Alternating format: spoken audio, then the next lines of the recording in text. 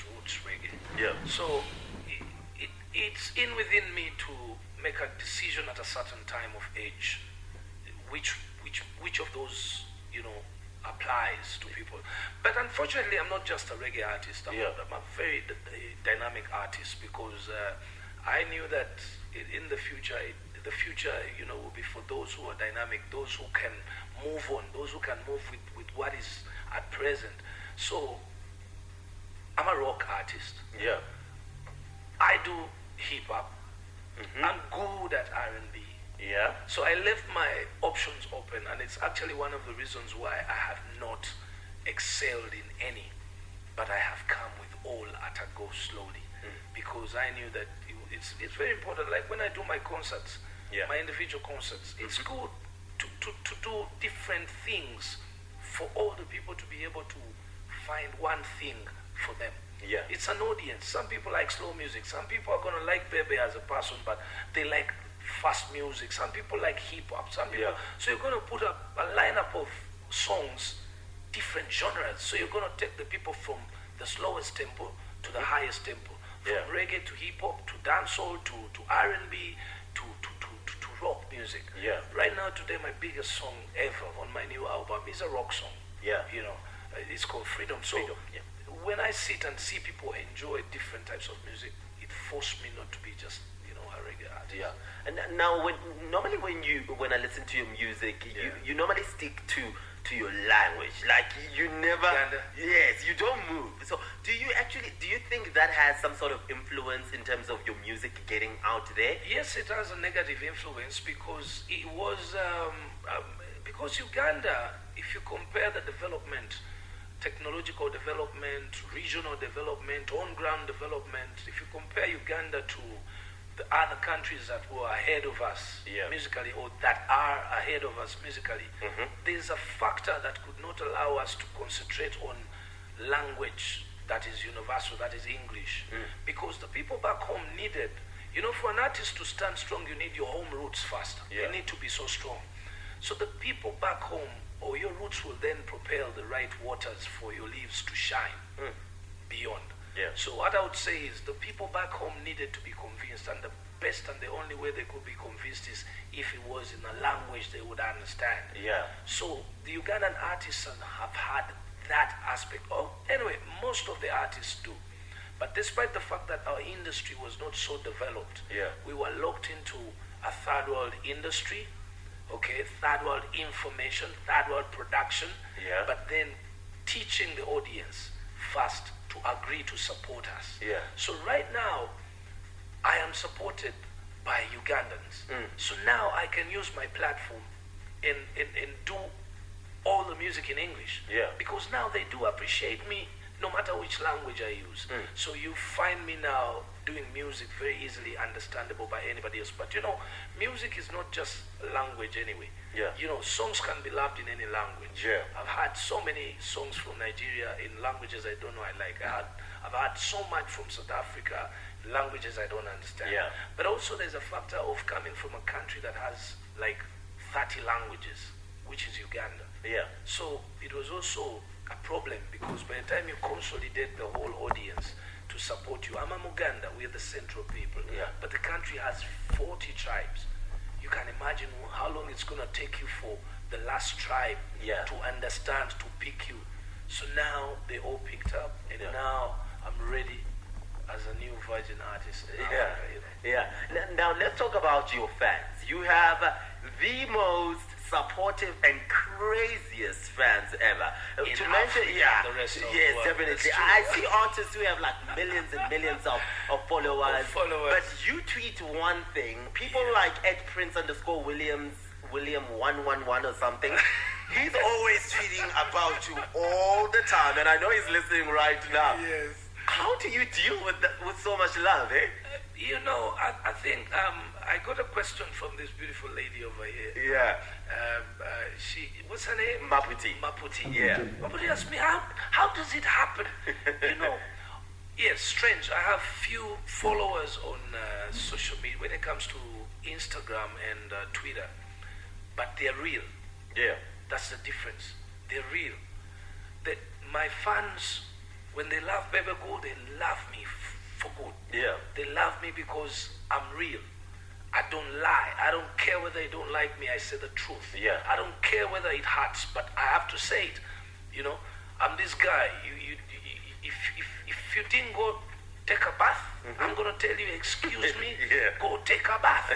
I am gonna go circles about it. Yeah. So my fans have witnessed my music. It's been a long journey. Yeah. It's just like when you see a good guy in something and it takes so long for that guy to achieve. So they have that part of pain. They want to see the artist where he belongs. Yeah. You know, so that's the kind of thing. So right now it's not just Bebe pushing the brand Bebe Cool. It's the fans. It's everyone who gets to understand Bebe, gets to love him. He's always working so hard to see that Bebe is where he belongs. Yeah. And that is on top of Africa and the rest of the world. Yeah. So believe me, my fans will never sleep.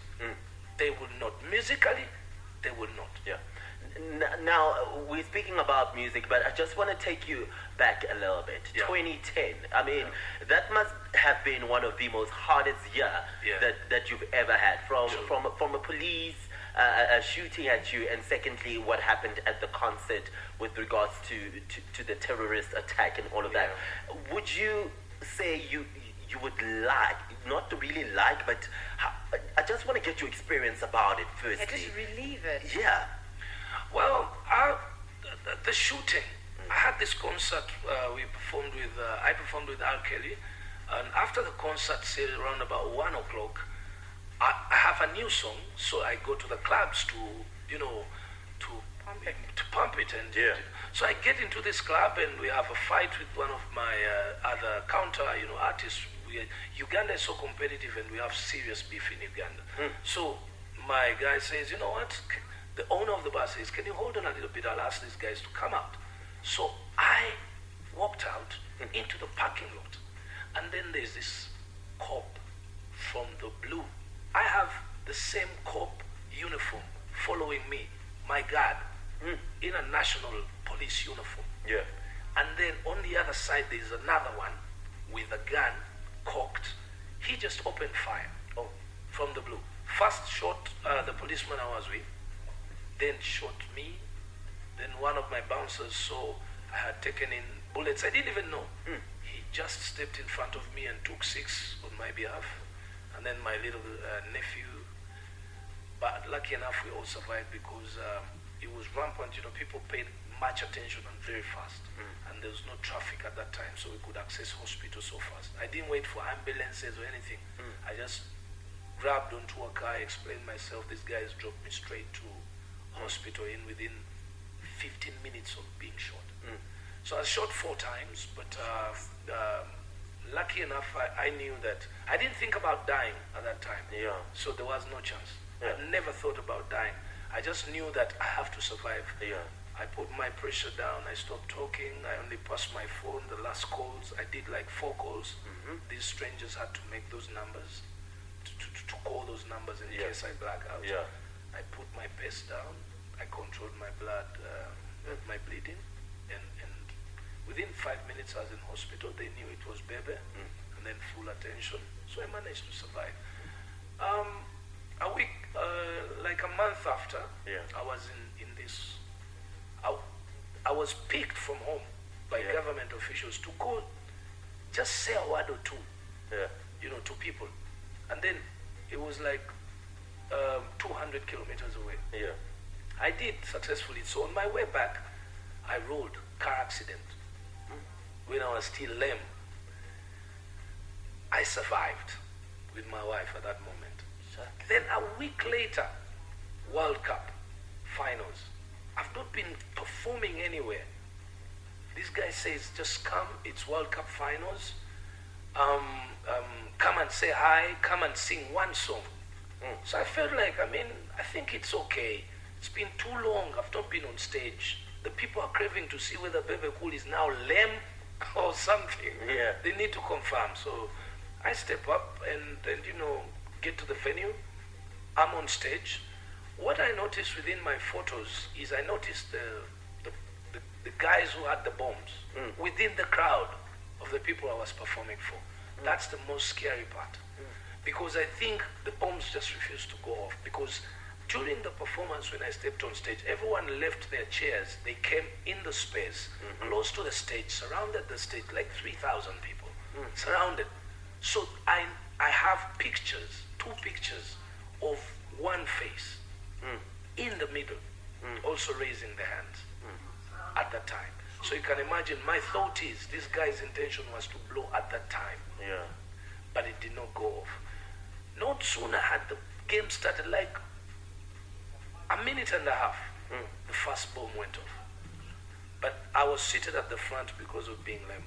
I just fell on the ground. 45 seconds later, the biggest one took off, which killed more than 90 people. People stayed seated like this in the chair. You could not tell whether they are dead or alive until when the smoke came down like that after 15 minutes. Yeah. And then everyone is gone, but you're still alive. Yeah. I know I was bleeding up and down in there, but I had to thank God because me and all my crew, Gargamel and my wife, we are there at that moment. And the first bomb was planted on my car. Because of being lame, the organizer allowed only one car to access the field. So the first suicide bomber was scared to blow himself. So he put the bomb under the car. And that was my car. So when the first bomb went off, we would have wanted to go to the direction of the car. Yeah. But unfortunately, that's where the blast came from. So the second one came from behind. So the survival, it's a different thing for me right now. I used to see this in the movies. I used to read about this in the US. Tupac being shot, one shot, somebody died. Yeah. I was shot 4 times and I asked myself, why am I still alive? Yeah. There's a reason. There is a reason. Hey, on that note, I just want to take a little break. We're going to play one of your songs. It is titled Sorry. And then when we come back, he's going to tell us a little bit about it, just to go to a more lighter note, right? The aphrodisiac. Oh, na na na na. Oh, ay, ay, ay. Na na na. Na na na. When man up with sorry, babe, I'm sorry. Kati kusigira mukamori. Na Yesu bizanda kuteleza, don't worry. When man up with sorry, baby, I'm sorry. Kati daba kusigira mukamori. Kusaba ndakuteleza, baby, don't worry. Got in the box, smile, yo. Oh, double, when you look your eyes, you are blessing in my life. I say, yeah, passing it up, Angie. So you are, if I'm wrong, baby, I'm sorry. Na na na na na na na na, you done make me feel alright. As if all the world yo, I did a holy mutufunyo, chovulaba ulusi, kenga kenga nyo. When man up with sorry, baby, I'm sorry. Kati kusigira mukamori. Na Yesu bizanda kuteleza, don't worry. When man up with sorry, baby, I'm sorry. Kati daba kusigira mukamori. Kusaba ndakuteleza, baby, don't worry.